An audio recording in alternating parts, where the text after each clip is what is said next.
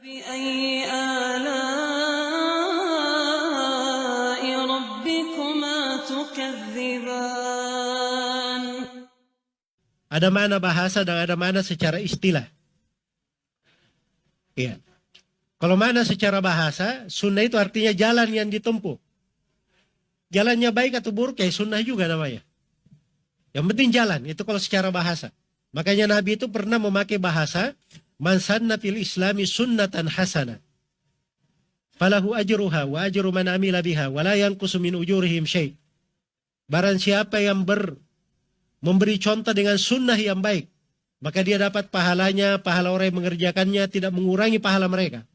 Dan sebaliknya, wa man sanna fil islami sunnatan sayyi'atan, fa alaihi wizruha wa wizru man amila biha, wa la yanqusu min auzarihim syai'.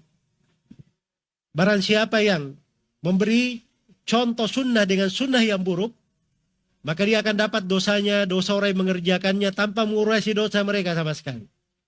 Jadi situ sunnah, maknanya adalah jalan. Istilah sunnah secara bahasa. Ada yang baik, ada yang buruk. Tapi kalau sunnah dalam penggunaan istilah syariat, sunnah itu ada dua makna di kalangan para ulama. Ada dua makna. Makna yang pertama adalah makna khusus. Nah, ini yang banyak populer ya digunakan. Dan ini yang dipahami oleh orang-orang belakangan. Misalnya kalau kita bicara tentang ilmu hadits. Apa itu definisi sunnah? Definisi sunnah dalam ilmu hadits. Sunnah itu adalah ma'udhifa ila Nabi sallallahu alaihi wasallam min qaulin au fi'lin au takririn au sifah. Apa yang disandarkan kepada Nabi sallallahu alaihi wasallam berupa ucapan, perbuatan, takrir ataupun sifat. Itu di kalangan ahli hadits. Kalau di kalangan ulama usul fikih, sunnah itu selain Al-Qur'an. Selain Al-Quran namanya sunnah.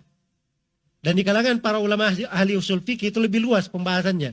Karena mereka membahas juga tentang isyarat-isyarat, konsekuensi di dalam perintah dan seterusnya. Iya. Kalau di kalangan ahli fikih sunnah itu yang tadi populer ya. Ada derajat wajib, di bawahnya sunnah. Setelah itu mubah, ada makruh, ada apa? Haram. Iya. Nah, itu sunnah juga. Itu penggunaan khusus namanya. Jadi sunnah dengan penggunaan khusus ini tergantung bidang ilmu mana yang menggunakan. Tapi kalau buku ini bukan sunnah di mana khusus. Ini sunnah untuk makna umum. Ini makna yang kedua. Dan makna inilah sebenarnya yang banyak berjalan di lisannya para ulama as-salaf terdahulu. Dan ditulis karya-karya tulis tersendiri tentang sunnah. Misalnya Kitabus Sunnah karya Imam Ahmad. Syarhus Sunnah karya Imam Al-Muzani. Atau misalnya Kitab Usulus Sunnah karya Imam Ahmad rahimahullahu ta'ala. Atau Syarah Usul Ahli Sunnah wal Jamaah karya Al-Lalakai. Atau As-Sunnah karya Al-Khallal. As-Sunnah karya At-Tabarani. Ya. Banyak buku dengan mana sunnah. Sebab yang mereka maksudkan dengan sunnah di situ, sunnah itu bermakna Islam itu sendiri.